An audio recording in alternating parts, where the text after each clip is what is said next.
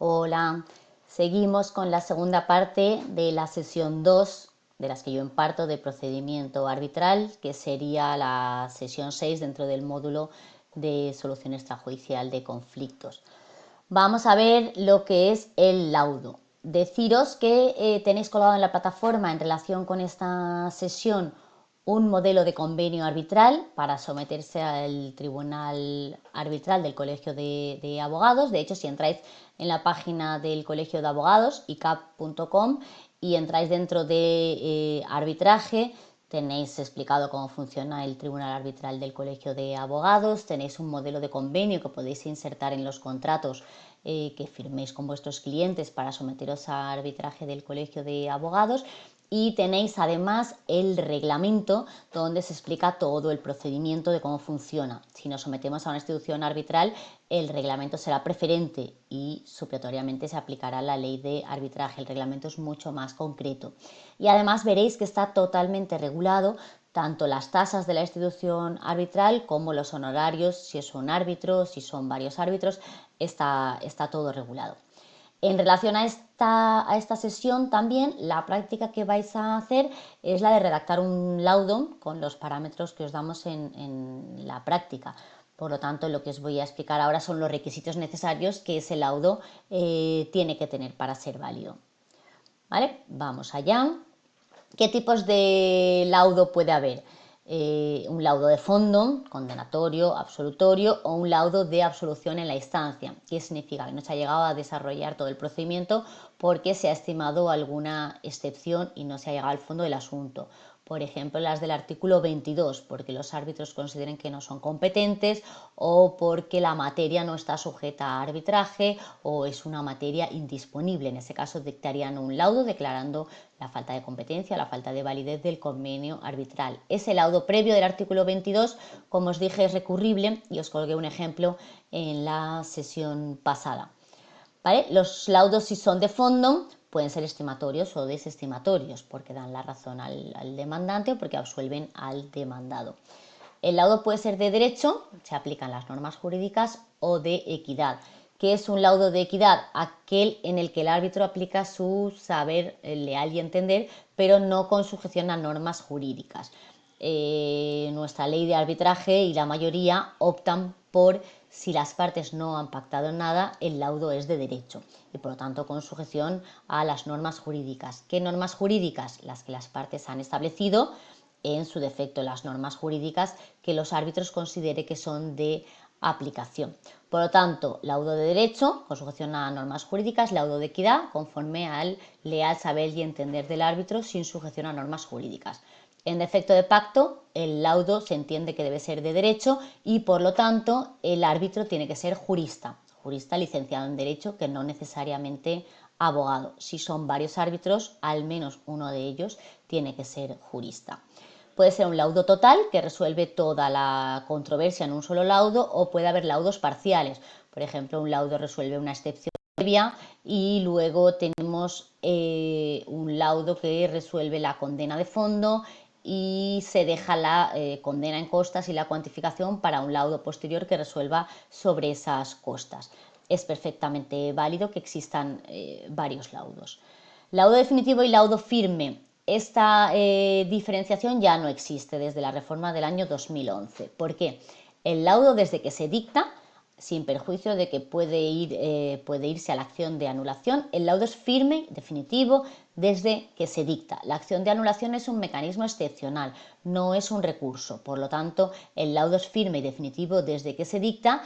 Se podrá ir a la acción de anulación y si se acaba anulando se revocará, pero el laudo es firme y definitivo desde el momento en que se ha dictado, y la acción de anulación, veremos en su momento, no es un recurso sino un mecanismo excepcional. Laudo por acuerdo entre las partes está regulado en el artículo 36 de la ley de arbitraje. Una vez iniciado el procedimiento, las partes pueden llegar a un acuerdo, pero ese acuerdo, igual que ocurre en un procedimiento judicial que se homologa por el juez, tiene que ser recogido por el árbitro en forma de laudo. ¿Por qué? Porque si no se recoge por el árbitro no tiene efectos de cosa juzgada ni tiene fuerza ejecutiva. Me preguntaba un compañero en un arbitraje deportivo que las partes, una vez iniciado el arbitraje, no se habían ni siquiera nombrado los árbitros, delante del secretario hicieron una comparecencia diciendo que llegaban a un acuerdo y una parte reconocía a la otra que le debía un dinero. Y me preguntaba si se podía ejecutar. No, no es un laudo por acuerdo entre las partes. Era un acuerdo entre las partes que se había reflejado delante del secretario, pero si no se recoge en un laudo firmado por el árbitro, no tenemos el laudo y por lo tanto ese acuerdo, esa conformidad delante del secretario no tiene la fuerza ejecutiva ni la eficacia vinculante que tendría el laudo. Por lo tanto, si hay un acuerdo entre las partes en el procedimiento, es importante que el árbitro recoja ese acuerdo y le dé forma del laudo y se firme. ¿Cuáles son los requisitos para que efectivamente tenga validez, fuerza ejecutiva?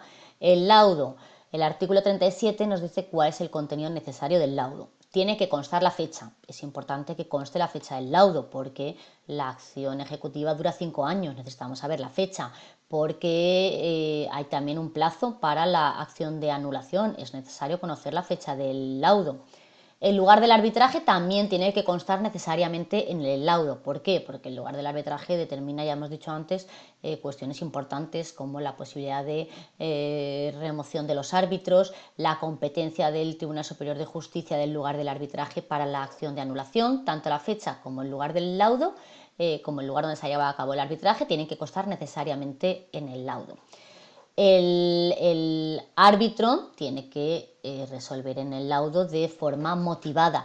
Si se han planteado 5 cuestiones, tendrá que resolver sobre las 5 cuestiones. Si hay un rechazo total y absoluto, posiblemente no haya incongruencia omisiva por el hecho de no ir punto por punto, pero el laudo debe estar motivado y tiene que decir cuáles las normas aplicables.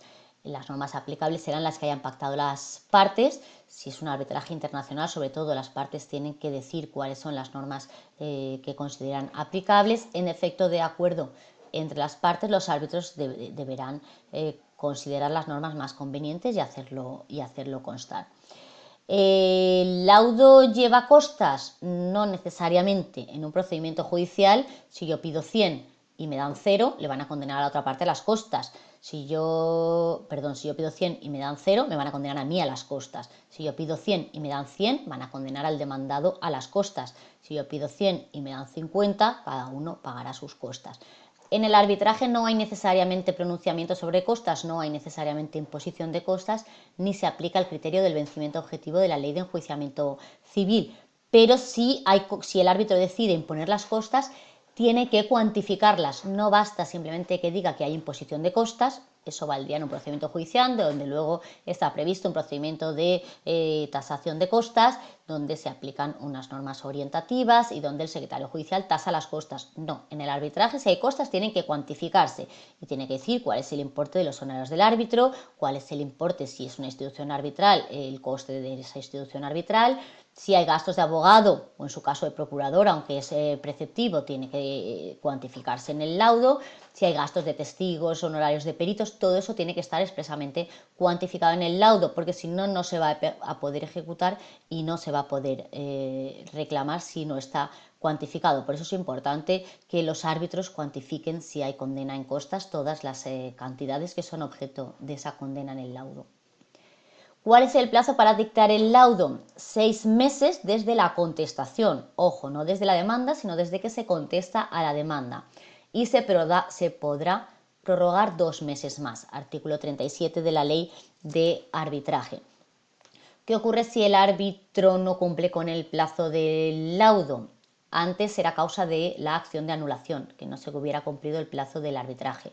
Como eso se utilizaba mucho para anular un laudo cuando una de las partes no le beneficiaba, se ha eliminado como causa de nulidad el exceder del plazo de 6 meses, pero sí que es causa de responsabilidad del árbitro. Por lo tanto, si se va a exceder del plazo de 6 meses, es importante que el árbitro lo haga constar, incluso que se haga constar un documento de ampliación del plazo con la firma de las partes para evitar posibles responsabilidades del árbitro. El laudo tiene que estar escrito, por lo menos dice el artículo 37, en cualquier medio o soporte que permita su consulta. Tiene que estar firmado por los árbitros. Si son varios, por lo menos estar firmado por el presidente. El laudo puede protocolizarse, si cualquiera de las partes lo requiere, puede protocolizarse, pero no es obligatorio que se eleve ante notario y de hecho ya no es necesario para la ejecución del laudo que el laudo esté protocolizado. es conveniente por si se impugnara su autenticidad, pero también hay otros mecanismos para acreditar que ese laudo es auténtico y que lo ha dictado el árbitro. Puede ser objeto de aclaración, complemento o rectificación con los plazos que establece el artículo 39. El laudo, desde que se dicta, el laudo es el equivalente a la sentencia y es vinculante. El juez dicta una sentencia, la sentencia tiene efectos de cosa juzgada y es título ejecutivo. El laudo que dicta el árbitro tiene efectos de cosa juzgada y es título ejecutivo. Vincula, no se podrá volver a plantear el mismo arbitraje sobre la misma materia y el arbitraje que se ha dictado es vinculante a todos los efectos. Por lo tanto, el laudo tiene la misma eficacia, lo veremos también en el tema 3, que la sentencia, sería el equivalente jurisdiccional dentro del arbitraje. ¿Hay otros modos de determinación del procedimiento que no es mediante laudo? Sí, porque no se haya presentado la demanda en plazo. Por ejemplo, los árbitros han dado un plazo de un mes para presentar la demanda, el demandante no presenta la demanda, se da traslado al demandado y el demandado no tiene nada que alegar, se archiva el procedimiento. Porque se ha metido un laudo por acuerdo entre las partes, artículo 36, importante que el árbitro recoja ese acuerdo en forma de laudo, porque entonces estaríamos en el supuesto del artículo 36. Lo contrario es que las partes llegan a un acuerdo dando por terminado el procedimiento, y entonces no se arregla, las partes deciden terminar el procedimiento, ya no hay conflicto, no necesitan que se dicte ningún laudo. Pero el laudo por acuerdo entre las partes es que de alguna manera el árbitro está homologando ese acuerdo y por tanto se recoge con la eficacia del laudo como título ejecutivo. Porque haya un allanamiento total por el demandado y ya no haya que seguir el procedimiento, es conveniente que el laudo recoja el allanamiento para tener ese título ejecutivo. Porque hay un desistimiento, el demandante presenta la demanda, pero luego desiste de la demanda y el demandado no tiene nada que alegar. O por último, porque las partes deciden dar por terminado el procedimiento sin necesidad de que se haya dictado un laudo. O, por último, porque sea innecesario o imposible el desarrollo del arbitraje. Por ejemplo, si las partes no pagan la provisión de fondos del árbitro o la tasa de la institución arbitral, se va a archivar. Por lo tanto, es importante. El demandante pagará su parte, el 50%, y el demandado pagará su parte. Si una de las dos partes no paga y la otra no lo complementa, el arbitraje se va a archivar. Por lo tanto, eso muchas veces produce situaciones de bloqueo y que una de las partes se mosquee en cierta forma porque se ha pactado un convenio arbitral, pero luego la otra parte no está cumpliendo con el pago de ese arbitraje y le toca a ella pagarlo, luego tiene que pedir que se impongan costas para recuperar la parte correspondiente. Porque ha habido un allanamiento total, ya lo hemos dicho, o porque haya habido una pérdida o de interés del objeto. Por ejemplo, se trataba de entregar un bien inmueble y el inmueble se ha incendiado o se ha quemado, ya no hay objeto, por lo tanto hay una pérdida sobrevenida y no se puede llevar a cabo el arbitraje. Otro supuesto sería, por ejemplo, confusión de partes. El demandante absorbido y el demandado son la misma parte procesal y por lo tanto hay confusión. O fallece una de las partes siendo una petición personalísima, porque si no las deudas podrían continuar a los herederos. O, por ejemplo, el árbitro ha citado a las partes a una comparecencia y no ha acudido ninguna de las partes. Les da plazo antes de archivar y si las partes no comparecen o no asisten, podría el árbitro terminar archivando. Con esto terminamos la sesión 2. Lo que se os va a pedir en la tarea práctica es la realización de un laudo con todos los requisitos que hemos ido viendo que debe cumplir el laudo. Gracias.